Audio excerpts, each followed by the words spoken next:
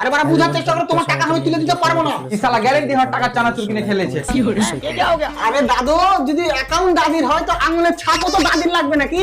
আরে স্যার, দাদি মরে গেছে। ও আমি তোর আগে বুনু মারা গেছে, তো দাদির একটা আঙুল গলা কাটিয়েলে তুল মারা কিসে টাকা তুলবি?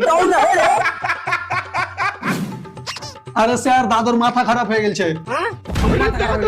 আর ঘুষি খাবি না?